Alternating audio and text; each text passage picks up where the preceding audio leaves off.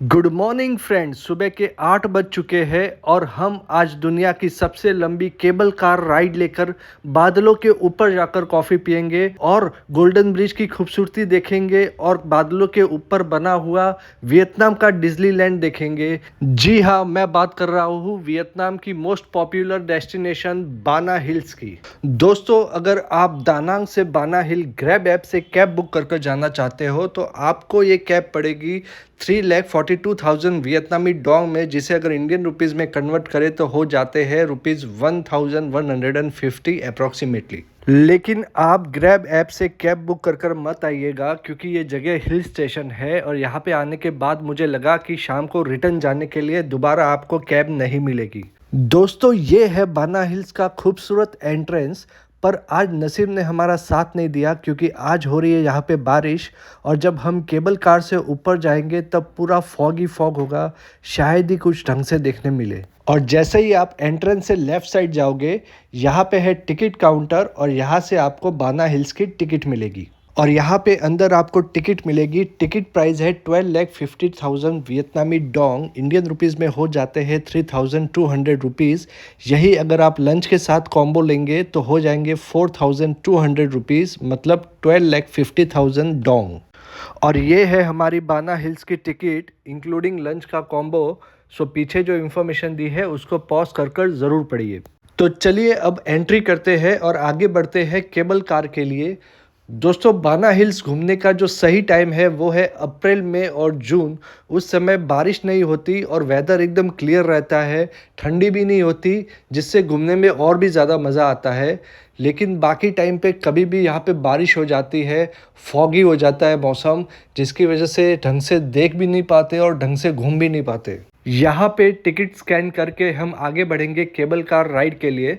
दोस्तों, एक चीज़ बताना भूल गया कि टिकट के अंदर आना जाना राउंड ट्रिप इंक्लूड होता है और सभी केबल कार राइड इसमें इंक्लूडेड होती है। तो ये है केबल कार और अब हम लेंगे दुनिया की सबसे लंबी केबल कार राइड। लेकिन दोस्तों, बारिश है कि रुकने का नाम नहीं ले रही, अभी भी ड्रिजलिंग चालू है और पूरा फॉगी माहौल है। दोस्तों, हम बाना हिल्स पहुंच चुके हैं और अब जैसे ही बाना हिल्स पहुंचोगे आपको बहुत सारे खूबसूरत गार्डन्स और फोटो पॉइंट्स दिख जाएंगे। लेकिन आप देख सकते हैं कि अभी भी ड्रिजलिंग चालू है, तेज़ हवाएं चल रही है, ठंडी लग रही है और फॉग इतना हो रखा है कि चीज़ें क्लियर नहीं दिख रही है। लेकिन दोस्तों, ये बहुत बहुत बहुत ही ज़्यादा खूबसूरत जगह है। यकीन मानिए, आप जब यहाँ पे आओगे और आपको जब वेदर क्लियर मिलेगा तो आपको बहुत ही मज़ा आएगा यहाँ पे घूमने के लिए भी और फोटो क्लिक्स करने के लिए भी।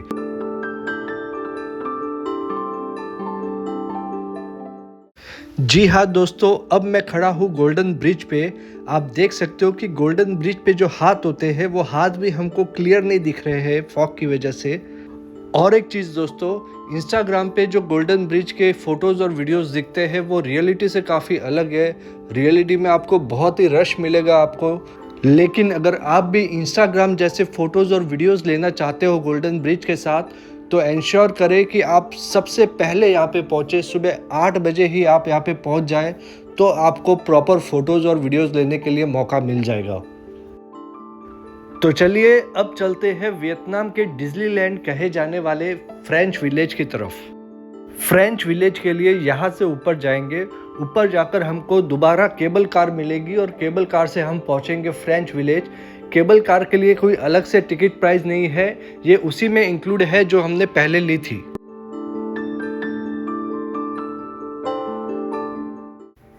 ये है केबल कार जो हमें फ्रेंच विलेज लेके जाएगी।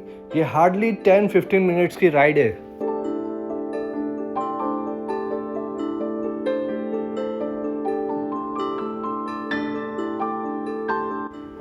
तो दोस्तों, फाइनली हम फ्रेंच विलेज पहुंच चुके हैं और यहाँ आने के बाद आपको बिल्कुल भी नहीं लगेगा कि आप वियतनाम में हैं।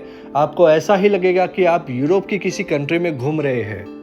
थैंकफुली वेदर भी क्लियर हो चुका है। दोस्तों, यहाँ की वाइब्स ही कुछ और है। आप अपने वियतनाम की ट्रिप में इस प्लेस को मिस नहीं कर सकते। और अगर आपने अपनी वियतनाम की ट्रिप में इस प्लेस को इंक्लूड नहीं किया है तो यकीन मानिए दोस्तों, आपकी ट्रिप अधूरी है। मुझे पर्सनली गोल्डन ब्रिज से ज़्यादा खूबसूरत ये लगा।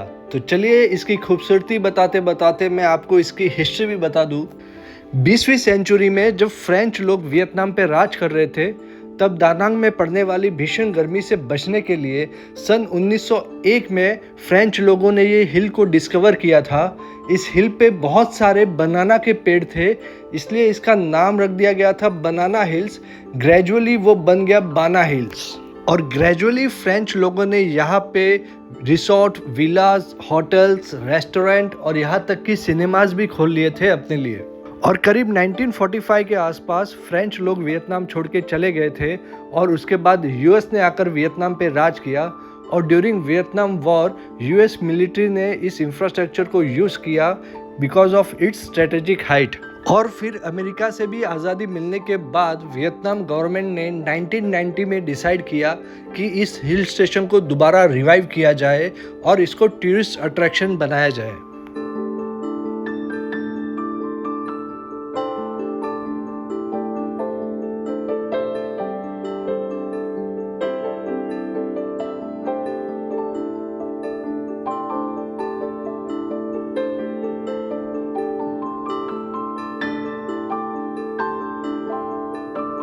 और ये है फ्रेंच विलेज का स्काई व्यू।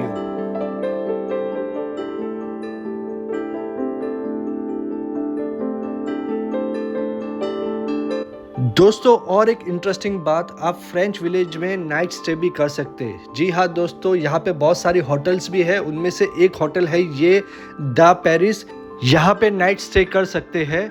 और अब चलते हैं हम लंच के लिए। जो हमने टिकट में जो लंच का जो कॉम्बो यूज़ किया था वो आपको फ्रेंच विलेज में ही मिलेगा।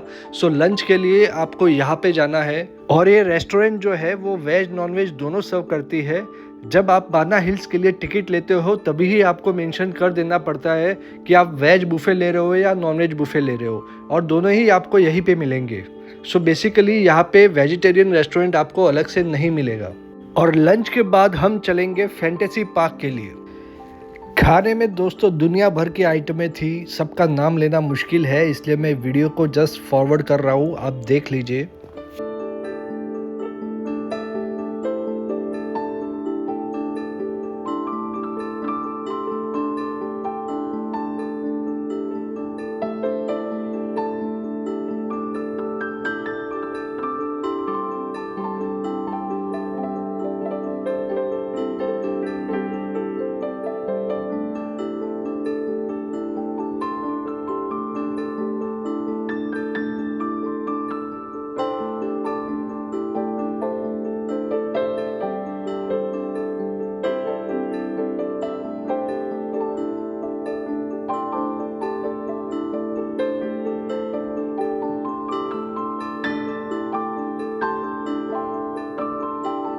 दोस्तों जब हम फ्रेंच विलेज में एंटर किए थे तो यहाँ से किए थे, और इसके ठीक लेफ्ट हैंड साइड में आपको मिलेगा वैक्स म्यूजियम और फैंटेसी पार्क। वैक्स म्यूजियम देखोगे आपको यहाँ पे मिल जाएगा, लेकिन इसमें कुछ खास है नहीं, इसलिए मैं इसको इग्नोर कर रहा हूँ और मैं सीधा बढ़ता हूँ फैंटेसी पार्क के लिए।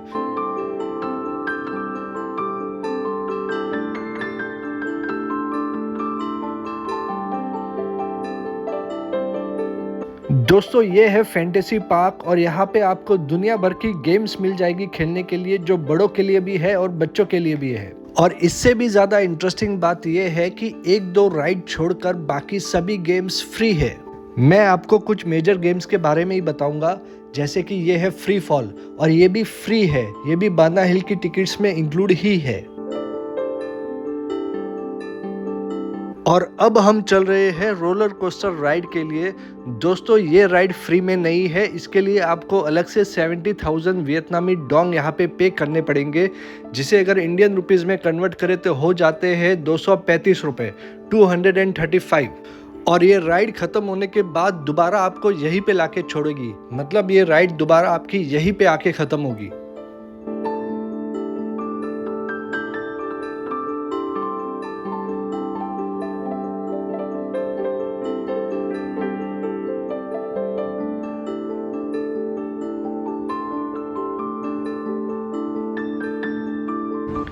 ये हार्डली 5 मिनट्स की राइड थी, लेकिन काफ़ी अच्छा लगा ये राइड करके।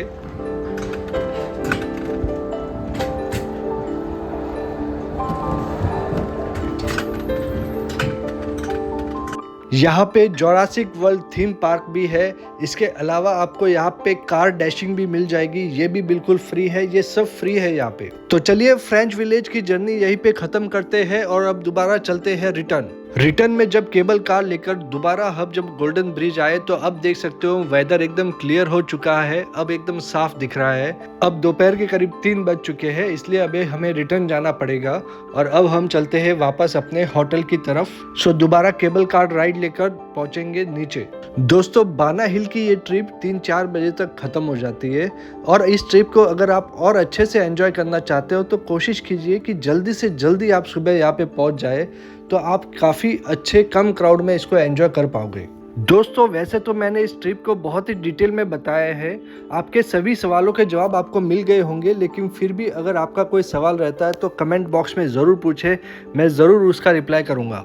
और नीचे पहुंचने के बाद अगर आप ग्रैब ऐप से कैब बुक कर दानांग जाना चाहते हो तो आपका कॉस्ट होगा अप्रॉक्सीमेटली 3,62,000, जिसे अगर इंडियन रुपीज़ में कन्वर्ट करो तो 1,200 रुपीज़ हो जाते हैं। लेकिन मैं ये ज़रा भी रिकमेंड नहीं करूँगा क्योंकि ये बहुत ही ज़्यादा रिस्की हो सकता है, क्योंकि मुझे नहीं लगता कि आपको यहाँ से दानांग जाने के लिए कोई भी कैब यहाँ से आपको मिलेगी। सो बेटर यही है कि आप कोई डे ट्रिप बुक करें और उसके साथ टूर में ही आए। और ये ट्रिप आप क्लूक ऐप से भी बुक कर सकते हैं। ये पूरे दिन की ट्रिप ख़त्म करने के बाद करीब 4-5 बजे तक आप अपने होटल पहुंच जाएंगे। उसके बाद दानांग में आप और कौन कौन सी एक्टिविटी कर सकते हो उसकी डिटेल, पूरी डिटेल मैं आपको वीडियो के डिस्क्रिप्शन में दे दूंगा। और ये है मेरे आज रात के डिनर का बिल, ये मैंने आपके रेफरेंस के लिए यहाँ पे लगाया है, इसे आप पॉज कर देख सकते हैं। तो चलिए इस तरह वियतनाम में आज हमारा 8वां दिन यहीं पे ख़त्म होता है। कल हम निकलेंगे हो ची मिन्ह के लिए।